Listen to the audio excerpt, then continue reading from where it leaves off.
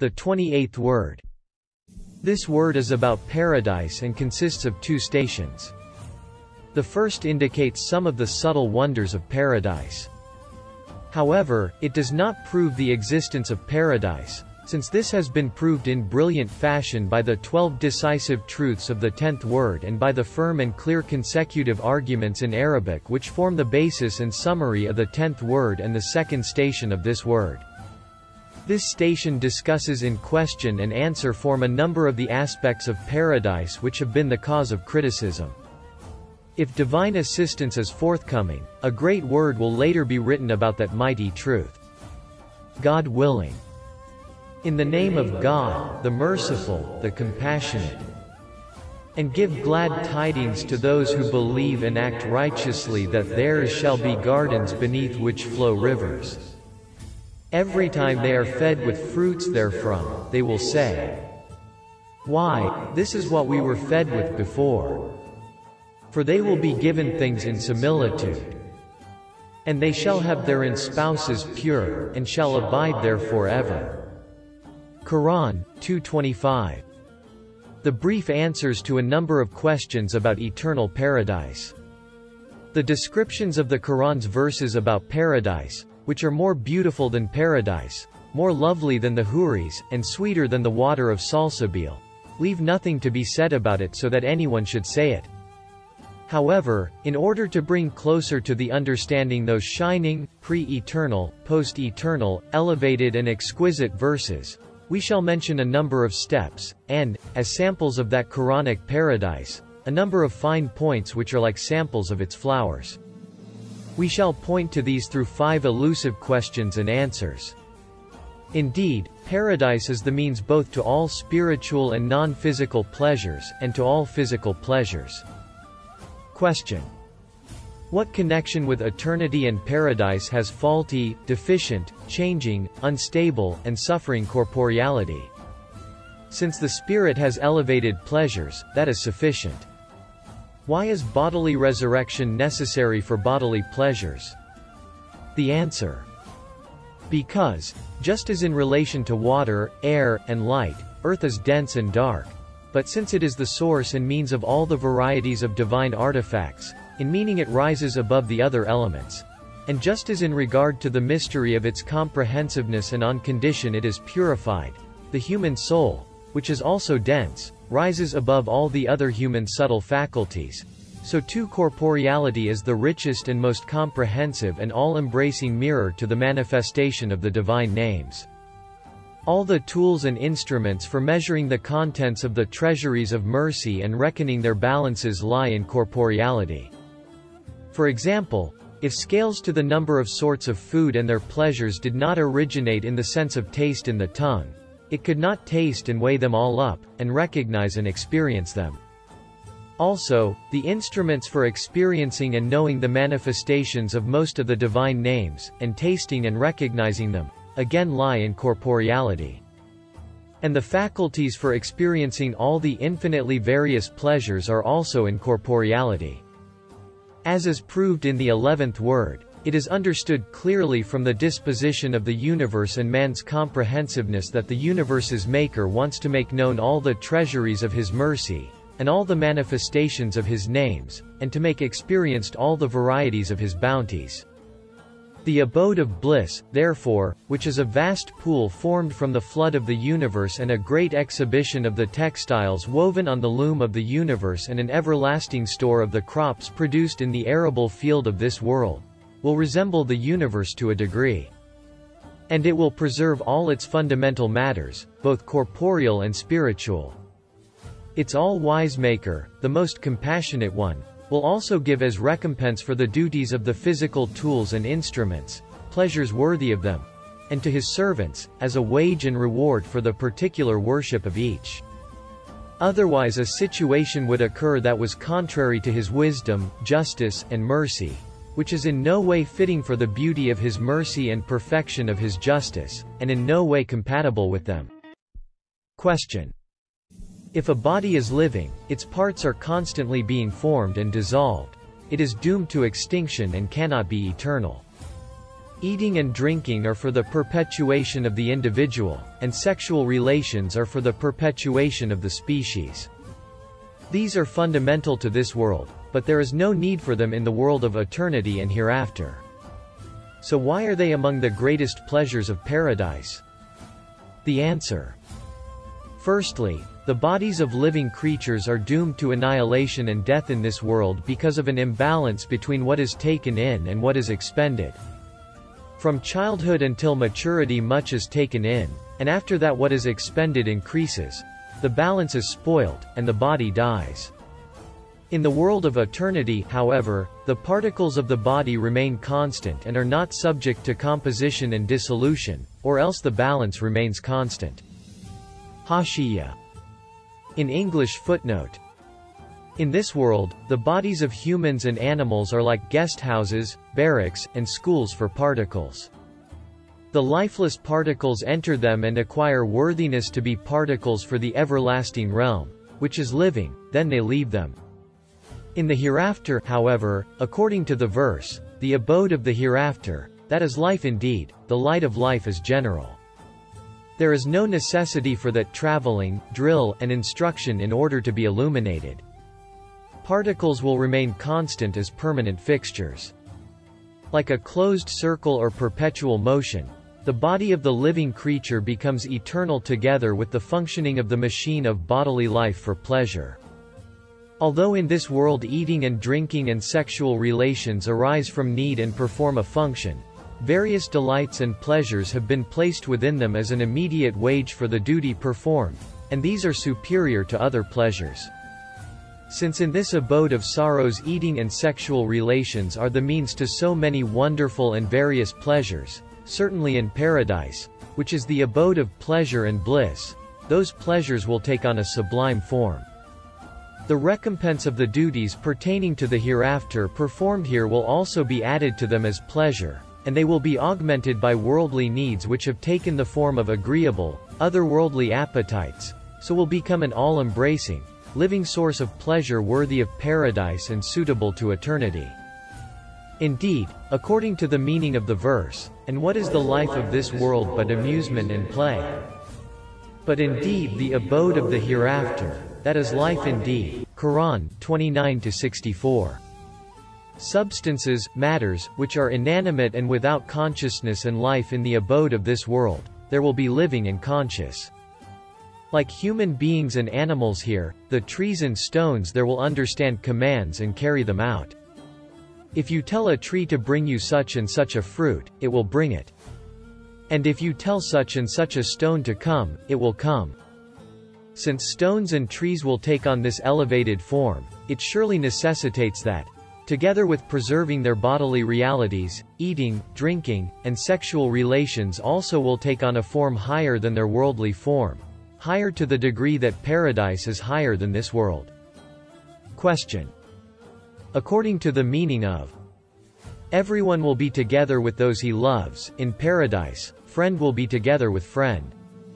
Therefore, love for God's sake kindled in a simple nomad during 1 minute's conversation with the Prophet peace and blessings be upon him, means he has to be with the Prophet, peace and blessings be upon him in paradise. But since God's noble messenger, peace and blessings be upon him receives limitless effulgence, how can it be united with that of a simple nomad? The answer. We shall allude to this elevated truth with a comparison. For example, a magnificent personage set up a vast banquet and finely adorned spectacle in a splendid garden. He prepared it in such a way that it included all the delicious foods that the sense of taste can experience, and all the fine things that please the sense of sight, and all the wonders that amuse the faculty of imagination, and so on. He included in it everything that would gratify and give pleasure to the external and inner senses. Now, there were two friends and they went together to the banquet and sat down at a table in a pavilion. But the sense of taste of one of them was very limited, so he received only minor pleasure. His eyes could see only a little, he had no sense of smell, and he could not understand the wondrous arts nor comprehend the marvels. He could only benefit from and take pleasure in 1,000th or even 1,000,000th of that beautiful place, to the extent of his capacity. The other man, however, had developed his outer and inner senses, his mind, heart, emotions, and subtle faculties so perfectly and to such a degree that although he was next to his friend, he could perceive and experience all the subtleties and beauties and marvels and fine things in the exhibition, and receive their different pleasures. Since this confused, sorrowful, and narrow world is thus, and although the greatest and the least are together, the difference between them is as great as from the ground to the Pleiades, surely in paradise, the realm of bliss and eternity, while friend is together with friend, each will receive his share from the table of the most merciful and compassionate one in accordance with his capacity and to the extent of his abilities. Even if the paradises in which they are found are different, it will not be an obstacle to their being together. For although the 8 levels of paradise are one above the other, the roof of all of them is the sublime throne. 5 If there are walled circles round a conical mountain, one within the other and one above the other from its foot to the summit, the circles are one over the other and look to one another, but do not prevent each other seeing the sun. There are also various narrations of hadiths indicating that the paradises are in a manner close to this. Question. It is said in hadiths, although the Houris are clothed in 70 garments, the marrow of their leg bones may be seen. What does this mean? What sort of meaning can it have? What sort of beauty is this? The answer. Its meaning is truly beautiful and its beauty is most lovely. It is like this. In this world, which is ugly, inanimate, lifeless, and for the most part just a husk, beauty and loveliness only appear beautiful to the eye, and so long as familiarity is not an obstacle, that is sufficient. Whereas in paradise, which is beautiful, living, brilliant, and entirely the essence without the husk and the kernel without the shell, like the eye, all man's senses and subtle faculties will want to receive their different pleasures and various delights from the Houris, the gentle sex, and from the women of this world, who will be like Houris and even more beautiful. That is to say, the hadith indicates that from the beauty of their top garments to the marrow of their bones, each layer will be the means of pleasure to a sense and a subtle faculty. Yes, by saying, the Houris wear 70 garments and the marrow of their leg bones can be seen, the hadith points out that however many senses, feeling, powers, and faculties man has which are enamored of beauty, worship pleasure, are captivated by ornament, and yearn for loveliness, the Houris comprise all of them, every sort of adornment and exquisite loveliness, physical and spiritual and immaterial, which will please and satisfy all of them, and gratify them and make them all happy. That is to say, just as the Houris are clothed in 70 of the varieties of the adornment of paradise, and not one sort, none of which conceal the others, so they display beauty and loveliness perhaps 70 times greater than their own bodies and beings, all of different sorts and varieties. They demonstrate the truth indicated by the verse. There will he there all that the souls could desire and all that the eyes could delight in.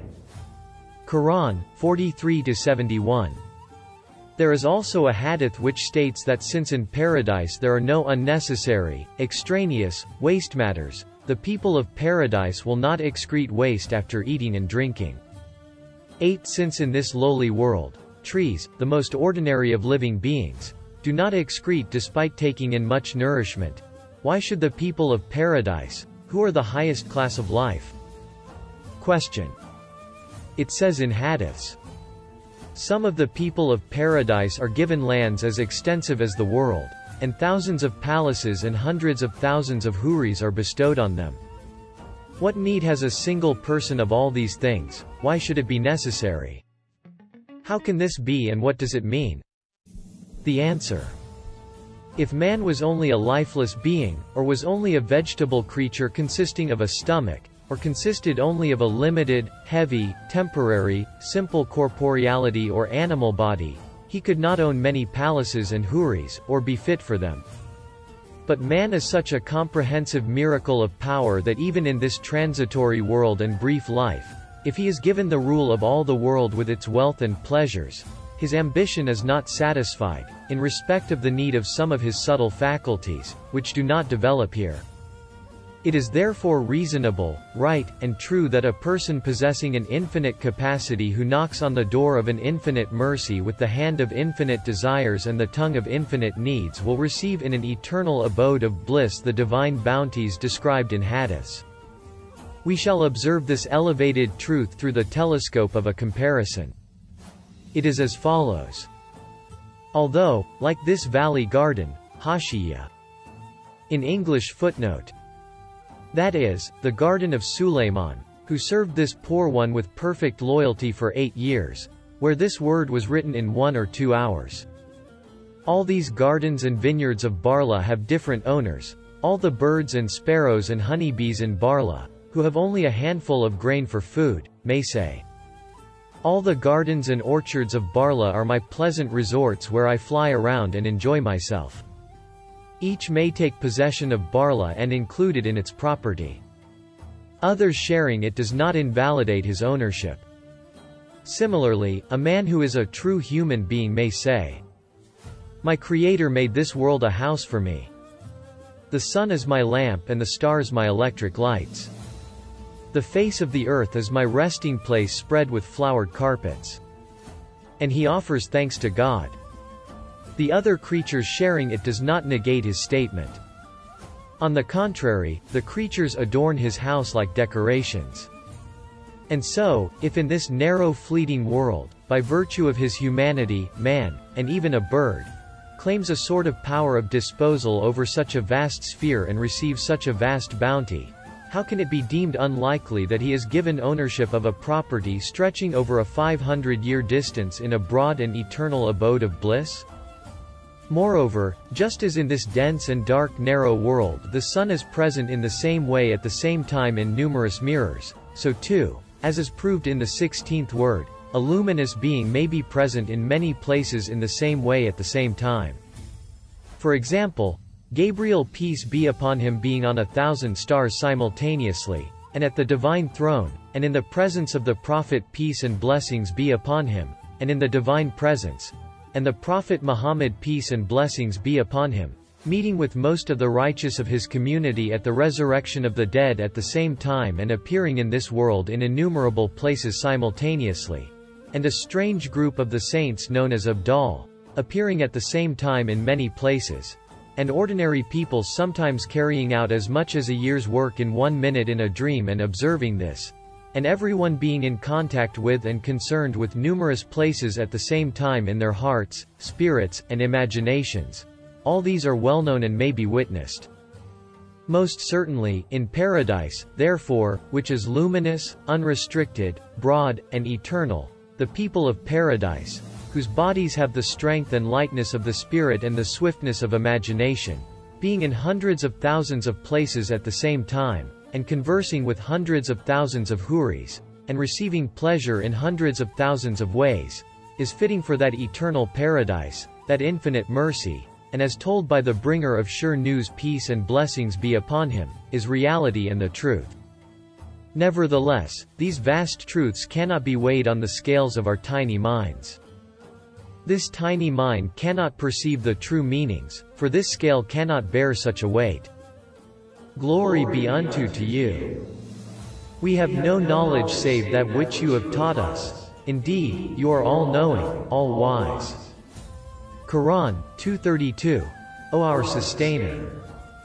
Do not call us to task if we forget or fall into error.